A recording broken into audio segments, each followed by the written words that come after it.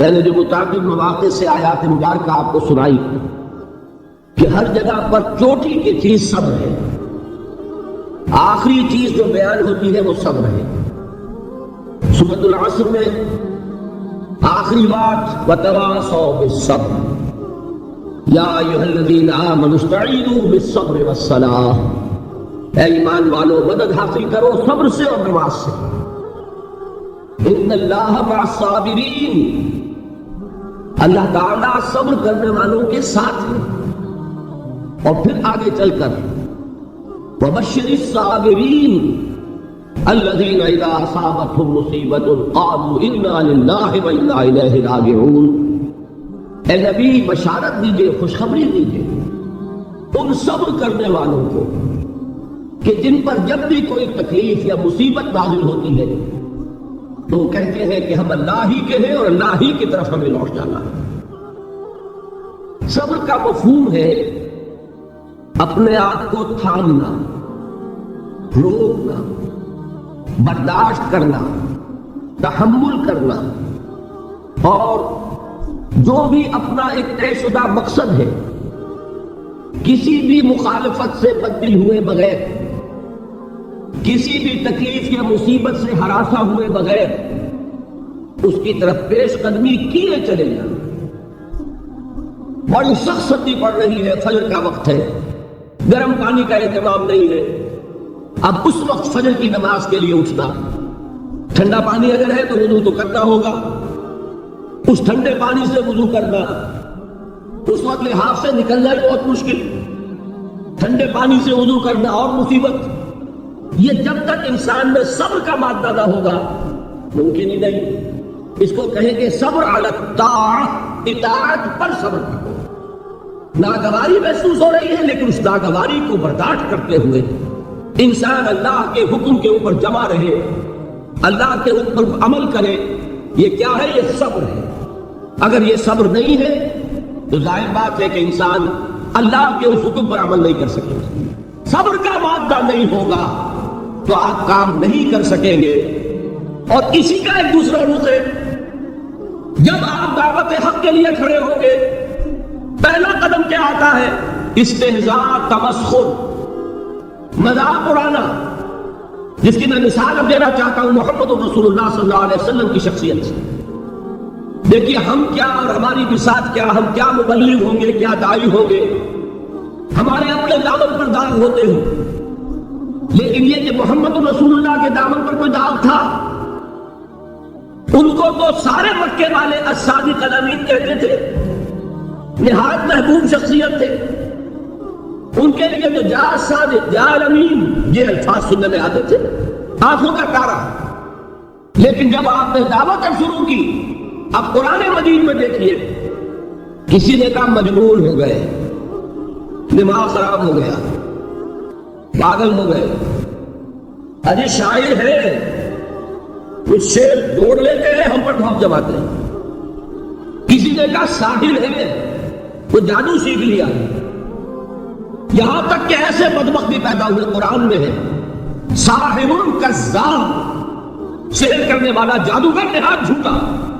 یہ الفاظ کہے جا رہے ہیں کس کی شان میں؟ محمد رسول اللہ صلی اللہ علیہ وسلم۔ قرآن میں نقل کیا گیا یا ایھا الذی نزل علیہ الذکر انک لمجنون۔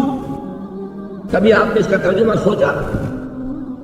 ہر وہ شخص، دیکھیے تصور کیجئے حضور جا رہے ہیں، تشریف لے جا رہے ہیں، کسی دعوت میں ہے، تبلیغ میں، یا ویسے ہی تشریف لے جا رہے ہیں، اور کوئی ایک دم گھٹا ہے لوگوں کا، ادھر سے فطرہ آتا ہے، تیر کی طرح لگتا ہے دل میں جا کر محمد کے صلی اللہ علیہ وسلم۔ اے وہ شخص جس کا یہ خیال ہے کہ اس پر کوئی ذکر نازل ہو رہا ہے، ہمارے خیال میں تو تمہارا دماغ خراب ہو گیا۔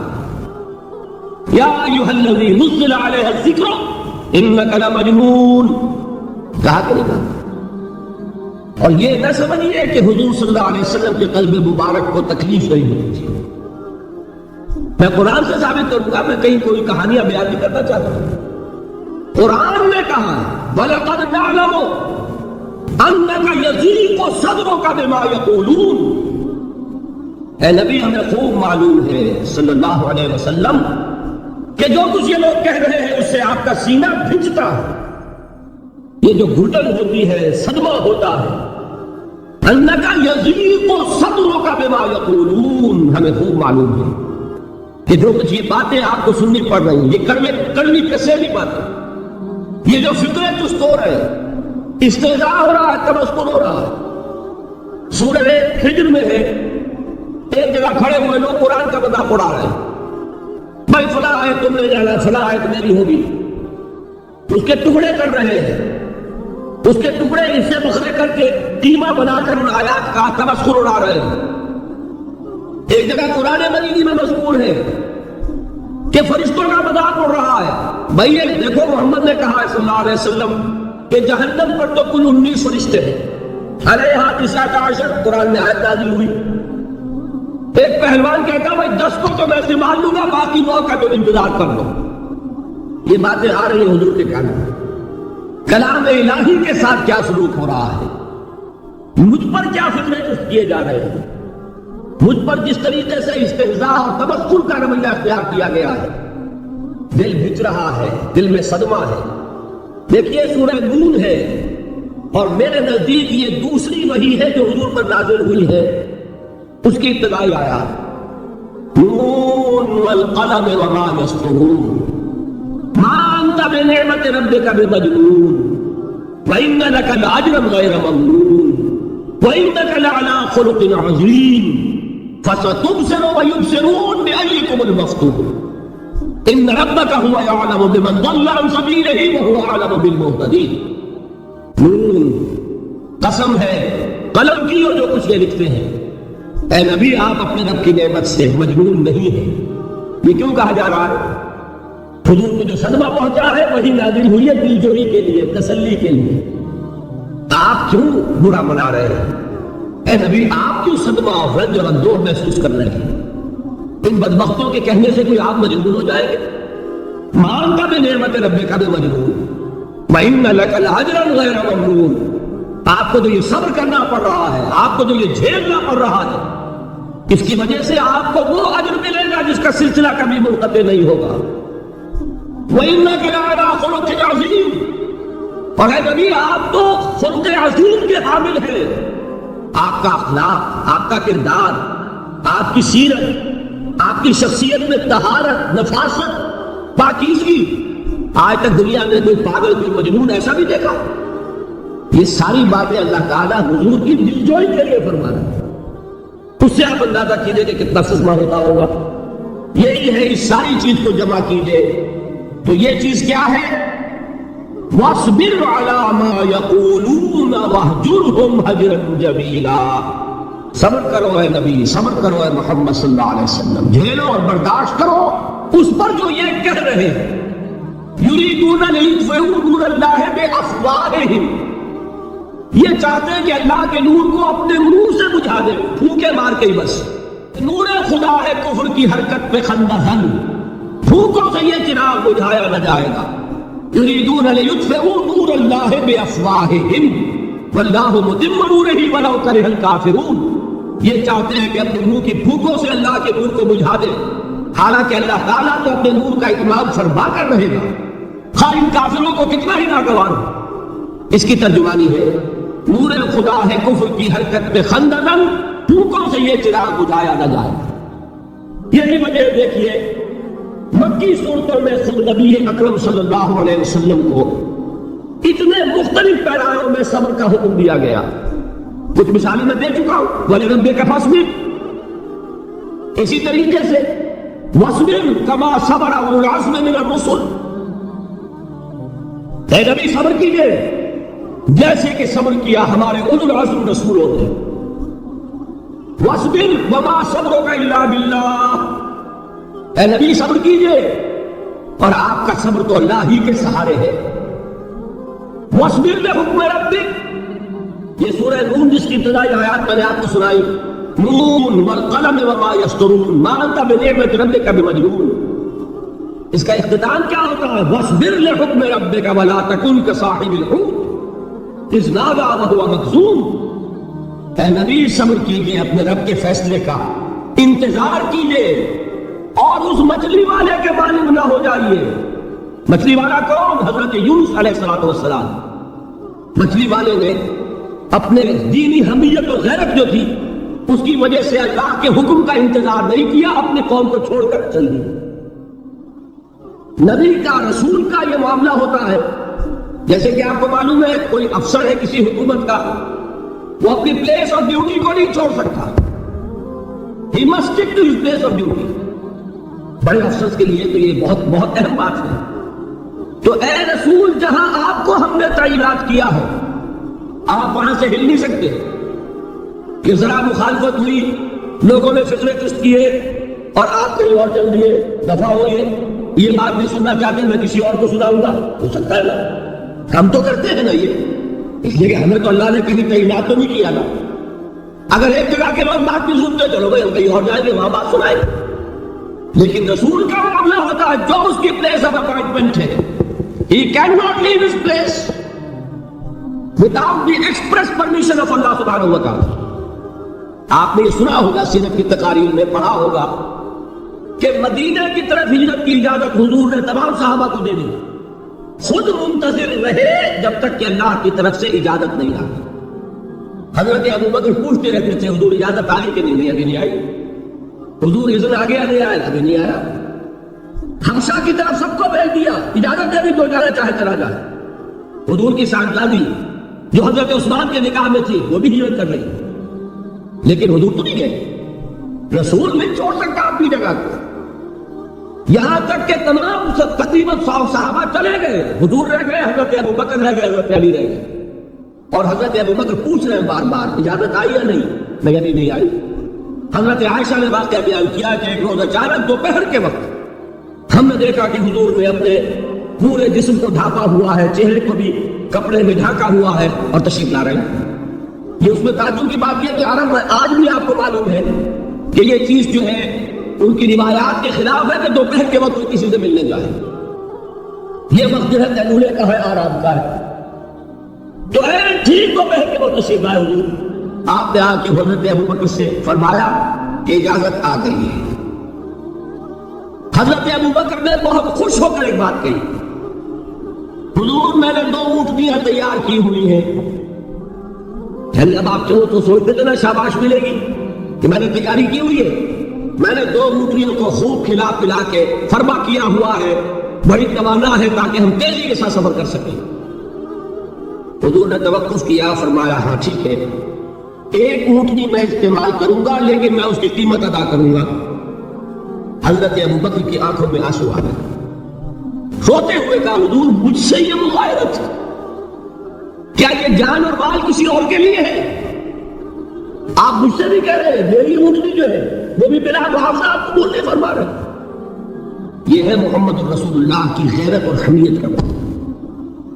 اب دیکھیے ایک بات عجیب ہے، یہ رب اپنے ذہن میں رکھیے، اللہ تو صبر کی تلقین کر رہا ہے اپنے رسول کو، اور رسول یہی تلقین کر رہے ہیں اپنے صحابہ کو، صبر کرو، جھیلو، برداشت کرو، ہاتھ مت اٹھانا، کوئی جوابی کارروائی نہیں ہوگی، بلکہ اپنے اوپر جھیلو جو کچھ جھیلنا ہے، ڈٹے رہو، پیچھے مت ہٹنا، یہ صبر ہے، لیکن ہاتھ اٹھانے کی اجازت نہیں۔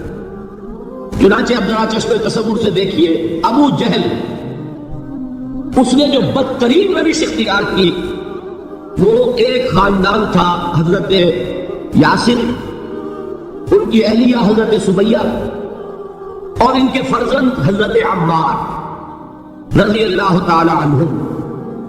یہ غلام نہیں تھے، حضرت سمیہ تو کنیز تھی لیکن یاسر غلام نہیں تھے۔ ان کی کہانی یہ ہے، واقعہ یہ ہے کہ یہ بہت نیک آدمی تھے یاسر، یمن کے باشندے۔ انہیں کو خواب میں بشارت ہوئی کہ نبی کا ظہور ہونے والا ہے مکے میں، جاؤ شاید ان کے قدموں تک پہنچ جاؤ۔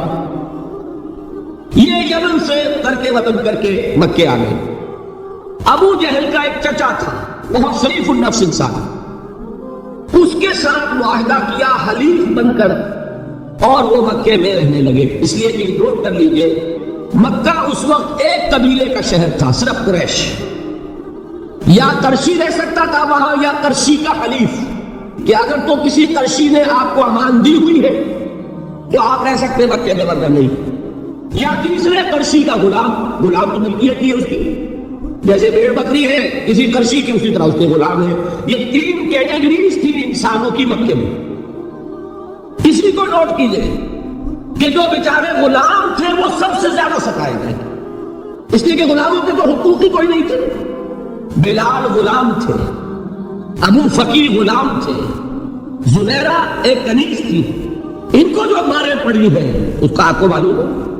حضرت بلال کے ساتھ جو کچھ سمیہ ابن خلف نے کیا کہ جس طریقے سے کہ حیوانوں کی لاشیں جو ہے کھینچ کر گھسیٹ کر لے جائی جاتی ہیں، ان کی گردن میں رسی ڈال کر گھسیٹ دے، اسی طریقے سے حضرت بلال کے گردن میں رسی ڈال کر پھر دوپہر کے وقت مکے کی سنگلاخ گلیوں کے اندر گھسیٹا جاتا تھا۔ نیچے زمین جل رہی ہے توے کی طرح، اور ویسا بھی ہوتا تھا کہ چک لٹا دیا اوپر سے وہ آگ مکے کا کہ سورج جو ہے ذرا نوٹ کیجئے، آگ برسا رہا، نیچے زمین توے کی طرح جل رہی ہے، اور ایک بھاری سل بھی لا کر جو ہے سر پر رکھ دی، چھاتی پر رکھ دی گئی ہے کہ آواز نہیں نکل رہی، جھاگ نکل رہے منہ سے، لیکن اس حال میں بھی احد احد احد ایک اللہ، قل هو اللہ احد، الفاظ نکل رہے۔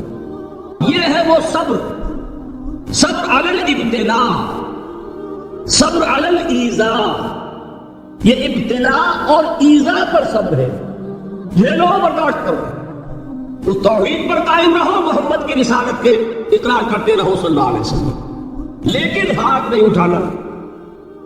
اب میں آپ کو بتا رہا تھا یہ تو غلام تھے، یہ جو تھے یاسر یہ حنیف تھے، غلام تو نہیں تھے نا۔ البتہ وہ ابو جہل کے چچا کی کنیز تھی یہ سمیہ، انہوں نے اجازت لے کر ان سے نکاح کر لیا، یہ تو کنیز رہے گی۔ بیٹا جو ہوا وہ بھی ایک طرح سے جب کنیز زیادہ ہے تو غلام ہو گیا، عمار بن یاسر۔ وہ جو شخص تھا بہت شریف النفس ابو جہل کا چچا، وہ مر گیا، اب ابو جہل جو ہے اس خاندان کا سربراہ ہے، لہذا یہ تینوں جو افراد ہیں وہ اس کے رہنے کرم پر ہیں۔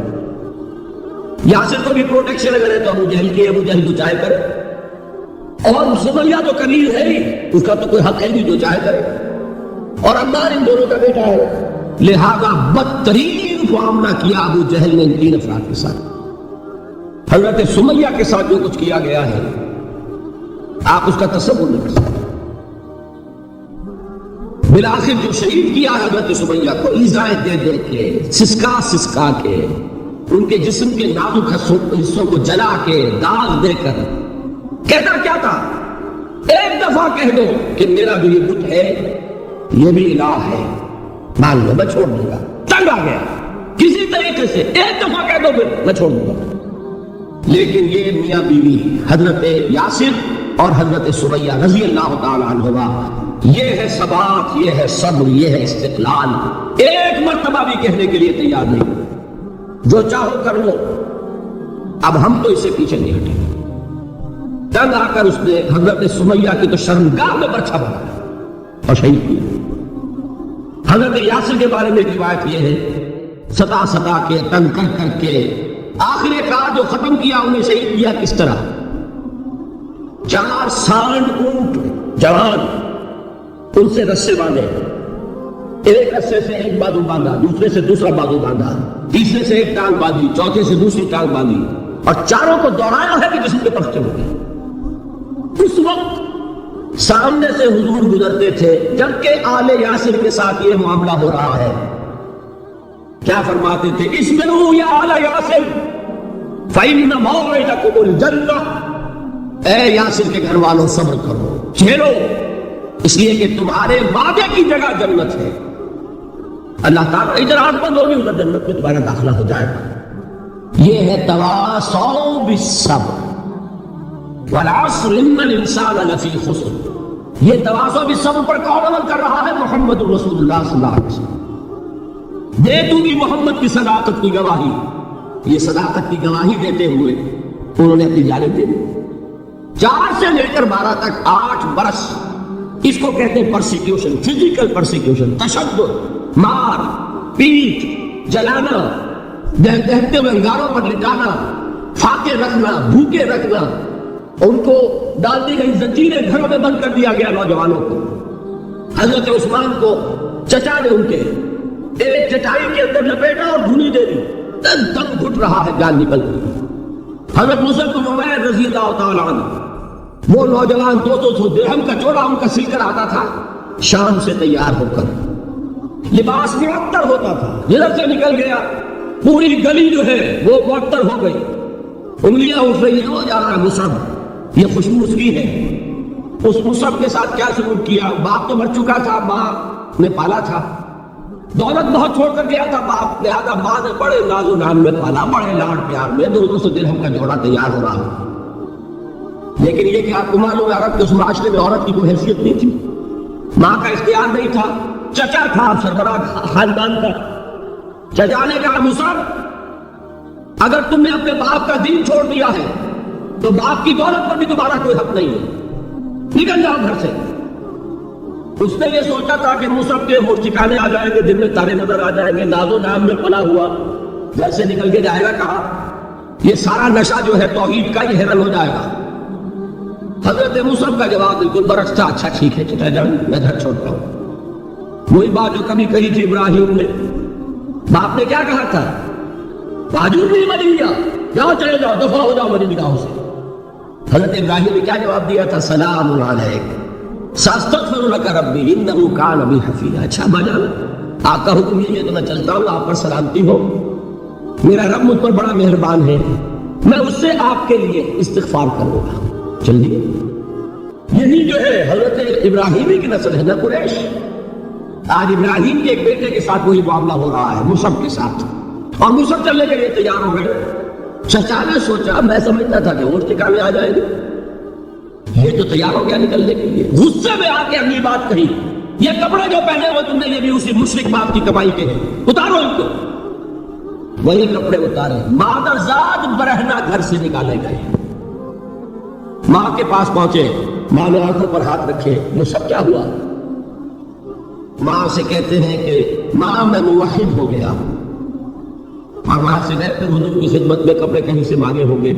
یہ مصعب ہے 200 درہم کا جوڑا پہننے والے، جب حضور پر مدینے کے 12 افراد ایمان لائے تھے، بیعت عقبہ اولیٰ ہوئی، انہوں نے کہا کہ حضور ہمیں کوئی شخص اپنا ایسا شاگرد دیجئے جو ہمیں قرآن پڑھا سکے۔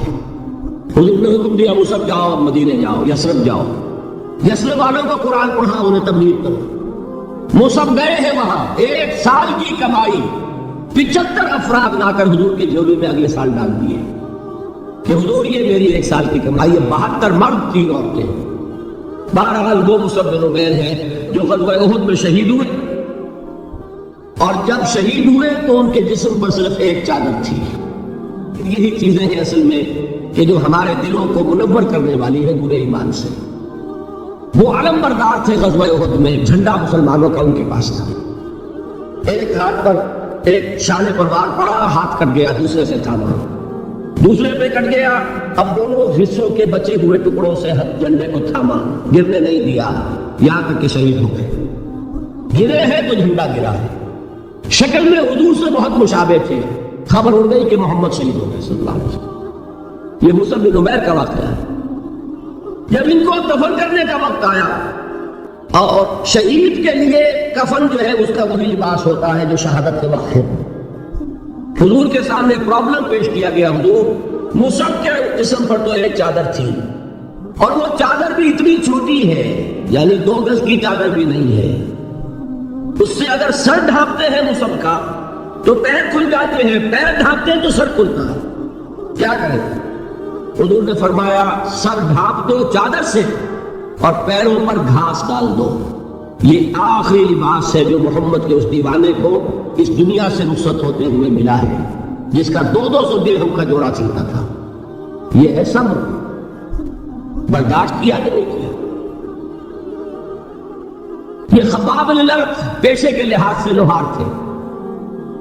سوچئے ایک زندہ انسان کو دہتے ہوئے انگاروں پر لٹایا جا رہا ہے، ان انگاروں سے کھال جلی، کمر کی چربی پگھلی، اس پگھلنے والی چربی سے وہ انگارے ٹھنڈے پڑے، یہ سب کچھ جھیل رہا ایک شخص۔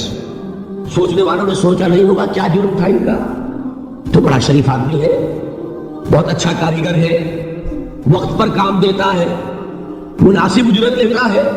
یہ کیا ہوا؟ یہ کوئی جرم نہیں، جرم صرف ایک ہے، ایک اللہ کو مانتا ہے اور محمد کے دامن سے وابستہ ہے. سننا فاستعینوا بالصبر والصلاۃ، مدد حاصل کرو کس سے؟ صبر سے اور نماز. ان اللہ مع الصابرین، جان لو کہ اللہ تعالیٰ صبر کرنے والوں کے ساتھ. ولا تقولوا لمن يقتل في سبيل الله اموات، اور ہرگز نہ کہو اسے جو اللہ کی راہ میں قتل ہو جائے کہ وہ مردہ ہے. بل احیاء ولکن لا تشعرون، نہیں وہ زندہ ہے لیکن تمہیں ان کا شعور نہیں. اور سنیے اب یہ آیت اہم ترین ہے صبر کے موضوع پر.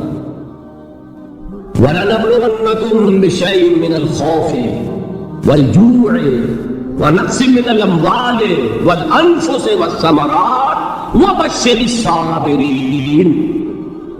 اور دیکھو ہم تمہیں آزمائیں گے. وَلَنَبْلُوَنَّكُمْ، ہم لازماً آزمائیں گے تمہیں. بِشَيْءٍ مِّنَ الْخَوْفِ، خوف کی کیفیت طاری کر کے، والجوع، بھوک، فقر اور فاقہ، ونقص من الاموال، مالی نقصان، والانفس، جانی نقصان، والثمرات، اور ثمرات، پھلوں اور میووں کا نقصان. میرے نزدیک یہاں پر ثمرات کا مفہوم ایک اور بھی ہے. ایک تو صاف تھا کھجور کی فصل تیار ہے، غزوہ تبوک جانے کا حکم مل گیا، کون اتارے گا؟ اور کھجور وقت پر اتری نہیں، برباد ہو جائے گی. یہ ہو رہا ہے نا میووں کا نقصان. اور میرے نزدیک یہاں یہ بھی ہے، بسا اوقات بہت سی محنتوں کا نتیجہ انسان دیکھتا کہ ضائع چلا گیا. میں نے 10 سال محنت کی، حاصل کوئی نہیں نکلا. یہ ثمرات کیا ہے؟ محنتیں، محنتوں کے ثمرات کا ضیاع. کوشش آپ نے کی، قسمت کی خوبی دیکھی ہے، ٹوٹی کہاں قدم، 2-4 حاجت کے لبے باپ ہے. Be prepared. ایک شاعر کے یہ اشعار ہے، یہ فصل امیدوں کی ہمدم اس بار بھی غارت جائے گی، سب محنت صبح و شاموں کی اب کے بھی اکارت جائے گی. میرے نزدیک یہ ثمرات کا لفظ یہاں آیا ہے. وَنَقْصٍ مِّنَ الْأَمْوَالِ وَالْأَنفُسِ وَالثَّمَرَاتِ، سب محنت صبح و شاموں کی اب کے بھی اکارت جائے گی. دھرتی کے کونوں کھدروں میں پھر اپنے لہو کی کھاد بھرو، پھر مٹی سینچو اشکوں سے، پھر اگلی رت کی فکر کرو، پھر اگلی رت کی فکر کرو. جب پھر ایک بار اجڑنا ہے، ایک فصل پکی تو بھر پایا، تب تک تو یہی کچھ کرنا ہے. ایک مقصد ہے صاحب، انقلاب برپا کرنا ہے. ایک کوشش ناکام ہو جائے کوئی پرواہ نہیں، نیکسٹ پھر تیار رہو ناکامی کے لیے. ایسا نہ ہو جو انگریزی میں کہتے ہیں hope for the best but be prepared for the worst. ایسا نہ ہو کہ دوسری مرتبہ ناکام ہو کے بددل ہو جاؤ، تمہاری ہمت میں جواب دے جائے. نہیں، پہلے سے تیار رہو کہ دوسری مرتبہ بھی ناکامی آئے تو آئے، لیکن جب تک کہ کامیابی حاصل نہیں ہوتی ہمیں یہ کام کیے تھے. دیکھیے سیرت میں آیا کہ نہیں یہ واقعہ. بدر میں مسلمانوں کو فتح ہوئی تو احد میں زخم پہنچی کہ نہیں؟ 70 صحابہ شہید ہوئے کہ نہیں؟ اگر ان کی ہمتیں جواب دے جاتی تو گاڑی کیسے چلتی آگے؟ تو فرمایا وَلَنَبْلُوَنَّكُمْ بِشَيْءٍ مِّنَ الْخَوْفِ وَالْجُوعِ وَنَقْصٍ مِّنَ الْأَمْوَالِ وَالْأَنفُسِ وَالثَّمَرَاتِ. ہم تمہیں لازماً آزمائیں گے، خوف کی کیفیت سے، فقر و فاقے کی کیفیت سے، بھوک سے، جان کے نقصان سے، مال کے نقصان سے، محنتوں کے حاصل کے ضائع ہو جانے سے. وَبَشِّرِ الصَّابِرِينَ، اور اے نبی بشارت دیجئے صبر کرنے والوں کو. الَّذِينَ إِذَا أَصَابَتْهُمْ مُصِيبَةٌ، وہ کہ جب ان پر کوئی تکلیف آئے، کوئی مصیبت آئے، کوئی آزمائش آئے، قالوا انا للہ و انا الیہ راجعون، وہ یہ کہے کہ ہم اللہ ہی کے ہیں، اللہ ہی کی طرف لوٹ جانا ہے. یہ وہی انداز ہے جو میں نے فارسی کا شعر سنایا تھا آپ کو کہ سر تسلیم خم ہے جو مزاج یار میں آئے. وہ ہمارا مولا ہے، ہمارا آقا ہے، اگر اسے یہی منظور ہے تو ہمیں بھی یہی منظور ہے. میں نے تسلیم و رضا کی بات کی تھی نا، آپ کو کچھ شعر سنائے تھے. ایک شعر اور سنیے، اور یہ کس کا ہے؟ محمد علی جوہر کا. ایک مرتبہ جیل گئے، ان کی ایک بیٹی جوان بیمار ہوئی، فوت ہو گئی. باہر چھوڑا انگریز نے، جاؤ بھائی دفن کر دو بیٹی کو. دوسری مرتبہ جیل گئے، دوسری جوان بیٹی اسی مرض میں مبتلا ہوئی. اب یہ جیل میں ہے، خبر پہنچی کہ دوسری بیٹی کے اوپر بھی اسی مرض کا حملہ ہوا ہے. ایک نظم لکھی ہے جس کا آخری شعر یہ ہے: تیری صحت ہمیں منظور ہے لیکن اس کو نہیں منظور تو پھر ہم کو بھی منظور نہیں. یہ ہے، جب تک یہ کیفیت نہ ہو اس میدان میں آدمی ثابت قدم نہیں رہ سکتا کہ میرے رب کو اگر یہ منظور ہے تو یہی مجھے منظور ہے، اور تیری صحت ہمیں چاہیے تو ضرور لیکن ہمارے رب کو منظور نہیں تو ہمیں بھی منظور. راضی برضائے رب. فبشر الصابرین الذین اذا اصابتهم مصیبۃ قالوا انا للہ وانا الیہ راجعون. نہ شبد نصیب دشمن کے شبد ہلاک تیغت، سر دوست سلامت کے تو خنجر آزمائے. اولئک علیہم صلوات من ربہم ورحمہ، یہی ہے وہ لوگ جن پر ان کے رب کی طرف سے عنایتیں ہیں اور رحمتیں ہیں. وَأُولَٰئِكَ هُمُ الْمُهْتَدُونَ، اور یہی ہے وہ لوگ جو کامیاب ہونے والے ہیں، ہدایت پانے والے، ہدایت یافتہ. وَالصَّابِرِينَ فِي الْبَأْسَاءِ وَالضَّرَّاءِ وَحِينَ الْبَأْسِ، اور صبر کرنے والے. اصل نیکی ان کی ہے جسمانی تکلیفوں میں صبر کرنے والے، فقر اور فاقے میں صبر کرنے والے، اور جنگ کے وقت صبر کرنے والے. اولئک الذین صدقوا واولئک هم المتقون، یہ ہے وہ لوگ جو صبر کرنے والے ہیں، یہ ہے جو سچے ہیں، جو اپنے دعوے میں نیکی کے اور ایمان کے ثابت ہیں، اور یہی وہ لوگ ہیں جو متقی. اللہ تعالیٰ نے کیسے کیسے مسلمانوں سے کہا، مسلمانوں تمہیں سخت پہنچی ہے تو انہیں بھی تو پہنچی تھی. ان کے 70 نہیں مارے گئے تھے بدر میں، ان کے حوصلے جو ہیں وہ تو پست نہیں ہوئے، وہ اگلے سال آ گئے تم پر چڑھائی کر کے. تم کیوں اتنا برا مان رہے ہو؟ تمہارے دل اتنے زخمی کیوں ہو گئے؟ تمہیں تکلیف پہنچتی ہے تو انہیں بھی پہنچتی ہے. اپنی غیرت جو ہے ہمیں ذرا اس کا جائزہ لینا چاہیے. لوگ باطل نظریات کے لیے کتنی قربانیاں دے رہے ہیں، لوگ باطل چیزوں کے فروغ کے لیے کتنی محنتیں کر رہے ہیں. جیسا کہ میں نے ابھی کہا تھا، اسی غیرت کو چیلنج کرنے کے لیے، ذرا آپ کی حمیت دینی کو جوش دلانے کے لیے. قادیانی نوجوان کتنی تعداد میں اپنے آپ کو دین کے لیے وقف کرتا ہے، اور آپ کتنے نوجوان ہیں جو اپنے آپ کو دین کے لیے وقف کرتے ہیں. اور وہ کھاتے پیتے گھرانوں کے لوگ. یہ نہیں ہے کہ اگر کوئی اور کام نہیں کر سکتا تو پھر یہ ہے کہ وہ دین کے کام میں لگ جائے. باصلاحیت لوگ، کھاتے پیتے لوگ، ذہنی استعداد رکھنے والے لوگ، اونچے گھرانوں کے لوگ وہ وقت کریں اپنے آپ کو دین کے لیے. اس کے بغیر کیسے باہر آ جائے گی، کیسے عورت آ جائے گی؟ تو دنیا میں باطل نظریات والے جو ہیں، یہ بات کہی گئی ہے مسلمانوں، تم اگر توحید کے لیے لڑ رہے ہو، دیکھتے نہیں ابو جہل کو، اس نے گردن کٹوائی ہے شرک کے لیے، شرک کے لیے گردن کٹوائی، اور تم توحید کے لیے گردن کٹوانے کو تیار ہو. اس نے گردن کٹوائی کے لیے کٹوائی، اور کس طرح کٹوائی ہے؟ کیونکہ بڑا متکبر قسم کا، فرعون قسم کا شخص تھا. جب گردن کاٹنے لگے تو کہتا ہے ذرا نیچے سے کاٹنا، تاکہ جب تم نیزے کے اوپر چڑھاؤ میرے سر کو تو اونچا نظر آئے، معلوم ہو سردار کا سر. وہ بدبخت مرتے ہوئے بھی جو اس کی کیفیت تھی نا، اس کو دل میں رکھی. لوگوں نے قربانیاں دی، چاندی دی، تو فرمایا اگر تم ان سے زیادہ قربانی نہیں دو گی، جو نوٹ کر لیجیے اس کو، مجرد اگر حق کو غالب کرنا اللہ کے ذمے ہو تو آنے واحد میں غالب کر دے گا، تمہیں تکلیف ہی دینے کی ضرورت نہیں. سمجھ گئے؟ کیا اللہ کے مقابلے میں کوئی باطل کی طاقت ٹھہر سکتی ہے؟